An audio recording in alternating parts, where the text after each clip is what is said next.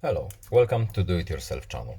Today I will show you how to unblock a contact from in our phone book from Samsung Galaxy Z Fold5. To unblock our contact, we need to go to the phone book first. Now we're looking for the contact that we want to unblock.